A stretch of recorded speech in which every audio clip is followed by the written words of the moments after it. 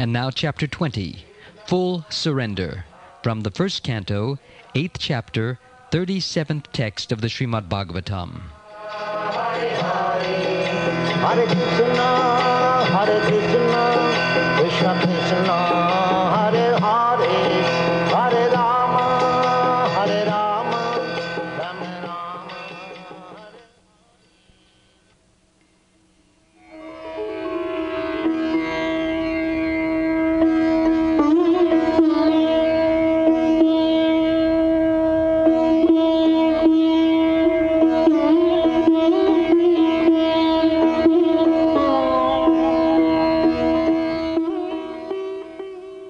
Apyadyanastvam svakrite hita prabho jihasasi svitsurado nujivanaha yesham na chanyad bhavataha padambujat parayanam rajasu yojitam hasam.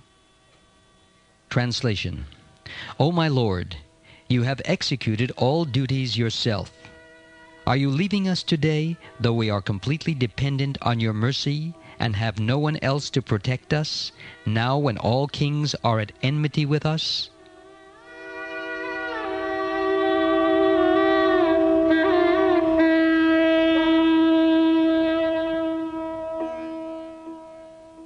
Purport by Srila Prabhupada. The Pandavas are most fortunate because with all good luck they were entirely dependent on the mercy of the Lord. In the material world, to be dependent on the mercy of someone else is the utmost sign of misfortune. But in the case of our transcendental relation with the Lord, it is the most fortunate case when we can live completely dependent on Him. The material disease is due to thinking of becoming independent of everything.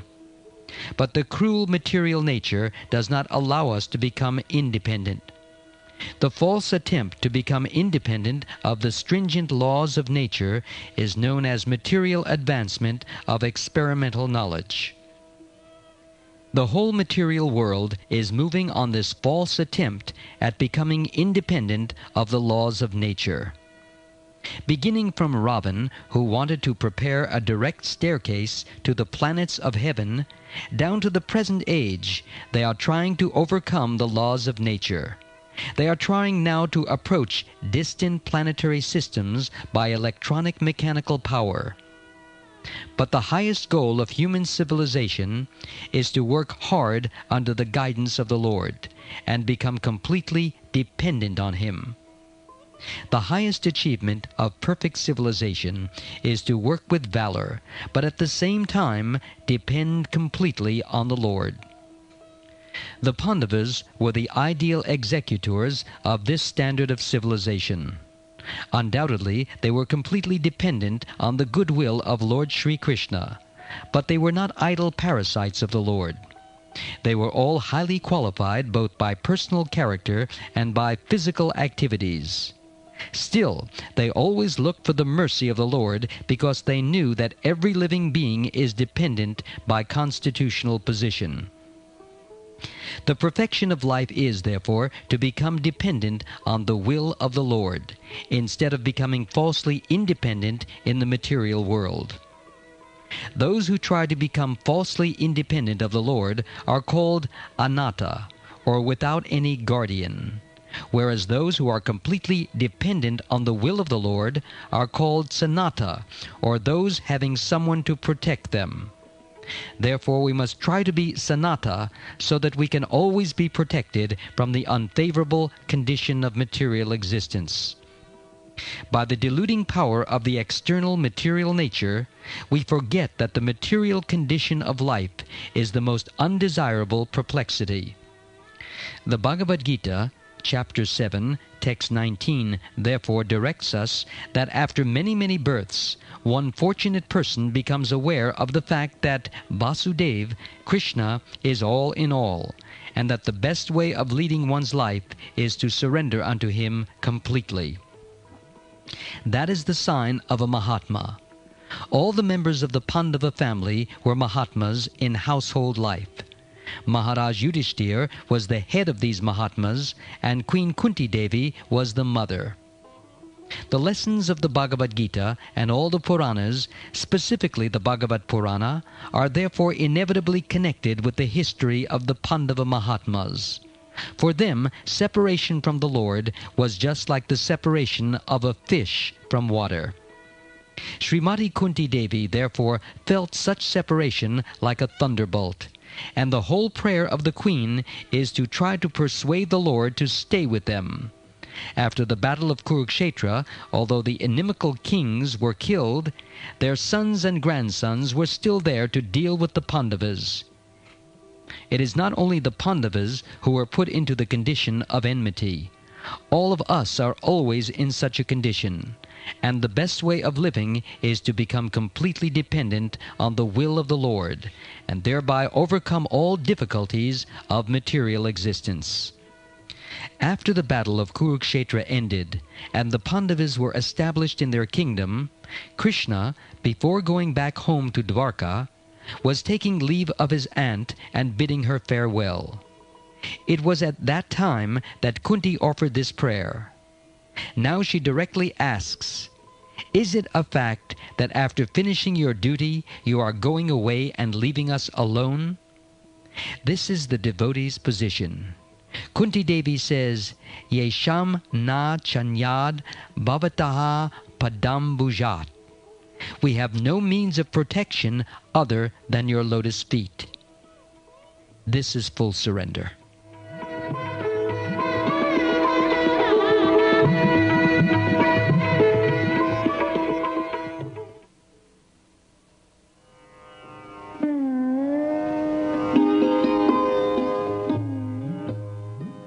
In the process of surrender, Sharanagati, there are 6 items. The first is that one should completely depend on Krishna, and the next is that one should accept everything favorable for Krishna's service. Anukulyasya sankalpa. Anukulyena Krishna nushilanam bhaktir uttama. A symptom of first-class bhakti, devotional service, is that one accepts everything favorable for that service. Another item of surrender is pratikulya vivarjanam, rejecting everything unfavorable to the procedures of Krishna consciousness. Sometimes the spiritual master says, "Don't do this," forbidding something unfavorable, and he also recommends that which is favorable.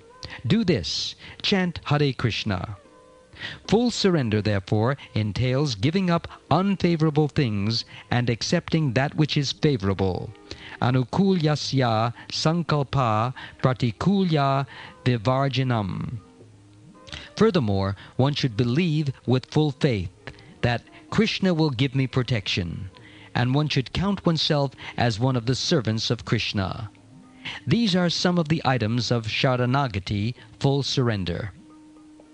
Now Kunti Devi says, "My dear Krishna, if you think that we are well established now that we have our kingdom back, and if you therefore want to leave us, that is not a very good proposal. We are not free yet. Because we have killed so many kings, all their friends and relatives are planning to come fight with us again. So don't think that we are free from all dangers. We are not, and we have no protection other than your lotus feet. That is our position." Thus she indirectly says to Krishna, "Do not leave us. Don't think that we are now safe. Without your protection, we are always unsafe." This should be the position of a devotee. We should know that we are actually in danger in this material world. Maya, illusion, may catch us at any time, as soon as we are a little inattentive, thinking, "Now I have done my duty. Let me take a little rest." No, there is no rest. We must be always alert.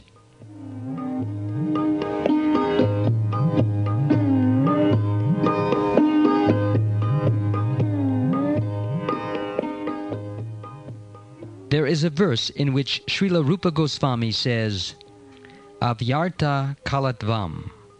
A devotee should be very much careful to see whether his time is being spent unnecessarily. He should ask himself, am I now engaged in Maya's service or Krishna's service? This is a symptom of an advanced devotee. Namagane sadaruchi. Such a devotee is never tired of chanting, singing, or dancing. The word sada means always, and ruchi means taste. A devotee always has a taste for chanting Hare Krishna. Oh, very nice. Hare Krishna, Krishna Krishna, Hare Hare. Hare Rama, Rama Rama, Hare Hare. This is taste. Of course, this taste takes time to awaken. But when Rupa Goswami was chanting, he was thinking, I have only one tongue and 2 ears. What can I appreciate of chanting? If I could have millions of tongues and trillions of ears, then I could relish something by chanting and hearing. Of course, we should not imitate him. But the devotees of the Krishna consciousness movement must at least be very careful to complete their 16 rounds, their minimum amount of prescribed chanting. Nama Gane Sadaruchi. We have to increase our taste for singing and chanting Hare Krishna. Furthermore, we should also increase our inclination to live in a place where Krishna lives. Pritis tad vasati stale.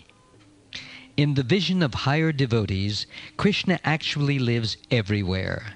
But because we are in a lower condition, we should know that for us, Krishna lives in the temple. Because we do not see Krishna everywhere, we should come to the temple to see Krishna, who kindly appears there by his mercy in a manner in which we can see him.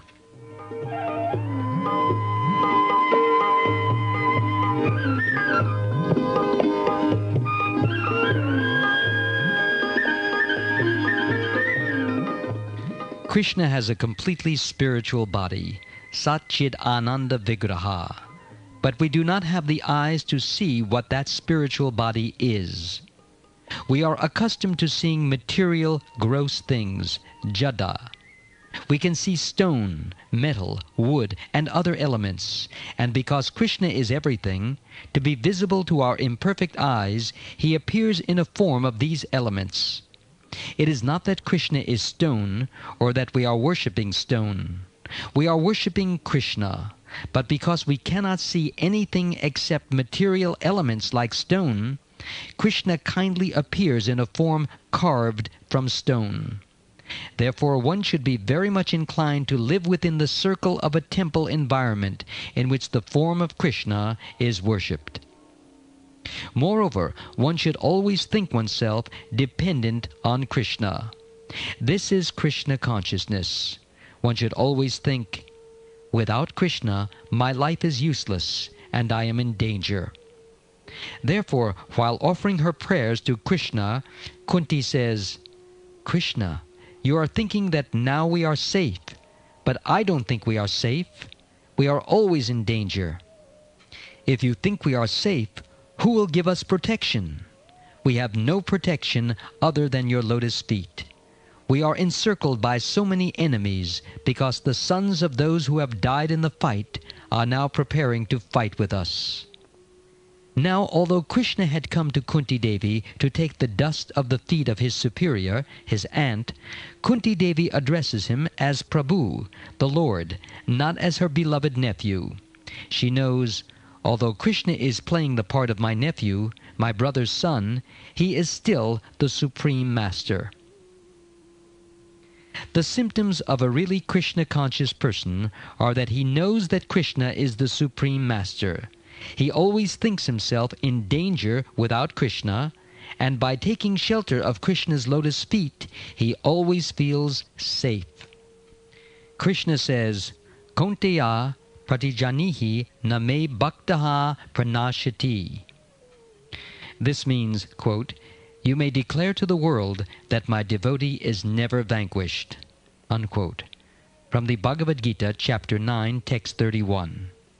If one becomes a pure devotee of Krishna, there is no question of danger. Of course, Krishna gives protection to everyone, for without his protection, no one can live even for a single moment. But one should not think, if Krishna is giving protection to everyone, what is the use of becoming a devotee? A king gives protection to every one of his citizens, for that is his duty, but he especially protects his own circle of men. This is not unnatural. If one directly engages in the service of the president, when one is in some difficulty, he is especially protected. Although the president gives protection to all citizens, those who personally associate with him, giving him service, receive special consideration. That is not actually partiality. That is natural. When a gentleman loves all children, but has special love for his own children, no one will say, "Oh, why are you loving your own children more than others?" No, that is natural. Similarly, Krishna says in Bhagavad Gita, Samoham sarva bhuteshu, I am equal to everyone. Krishna, being God, loves everyone because everyone is part of him. Nonetheless, he takes special care of his devotees. Therefore he says, Kaunteya pratijanihi na me bhaktaha pranashati. My devotee will never be vanquished.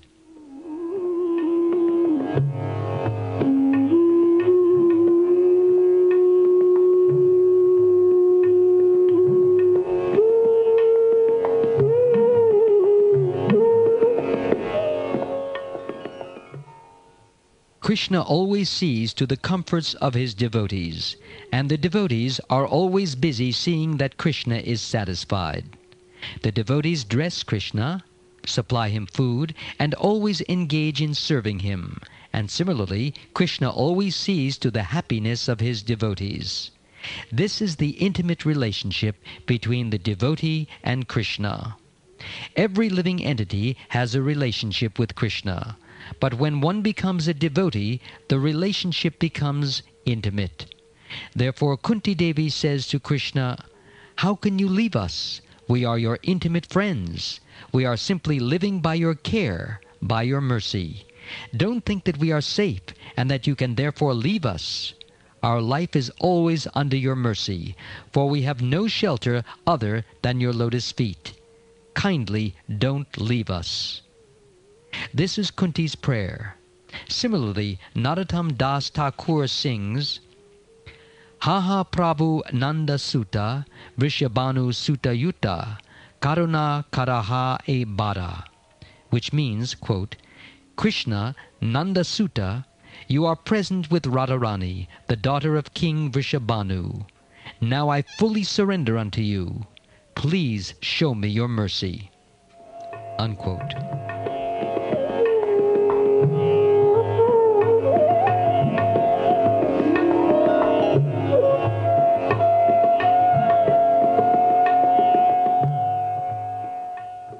Without Krishna consciousness, one thinks, I shall protect myself, or my society, community, or state will give me protection. I have so many protectors. Why should I care for God? Why shall I go to Krishna? Those rascals who have no protection can go to Krishna. But the fact is that unless Krishna gives one protection, one cannot be protected. This is stated in the Srimad Bhagavatam, Canto 7, Chapter 9, Text 19. Balasya neha sharanam pitaro Nrsinga. When Prahlad Maharaj offered prayers to Krishna as Nrsingadev, he said, My dear Lord, one should not think that because a child has a father and mother, he has full protection. If Krishna did not protect a child, the child could not be protected, even if he were to have thousands of fathers and mothers. Prahlad also says, Naratasya chagadam udanvati majato no. Which means, quote, it is not that a good physician or good medicine can protect one from disease, unquote.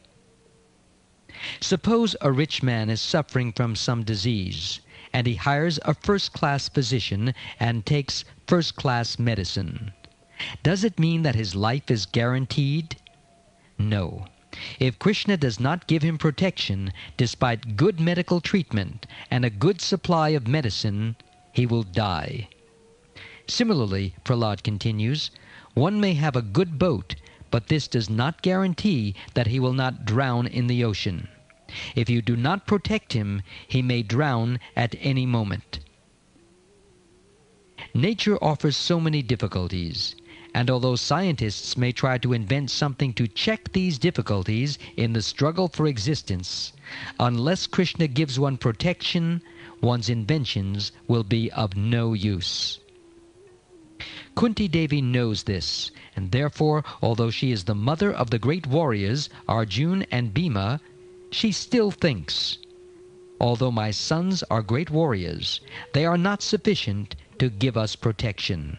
Nothing can give us protection but your lotus feet. This verse illustrates the position of a surrendered soul seeking the protection of Krishna. If we remain in this position, knowing that our only protector is Krishna, and that our only duty is to serve Krishna, then our life is successful.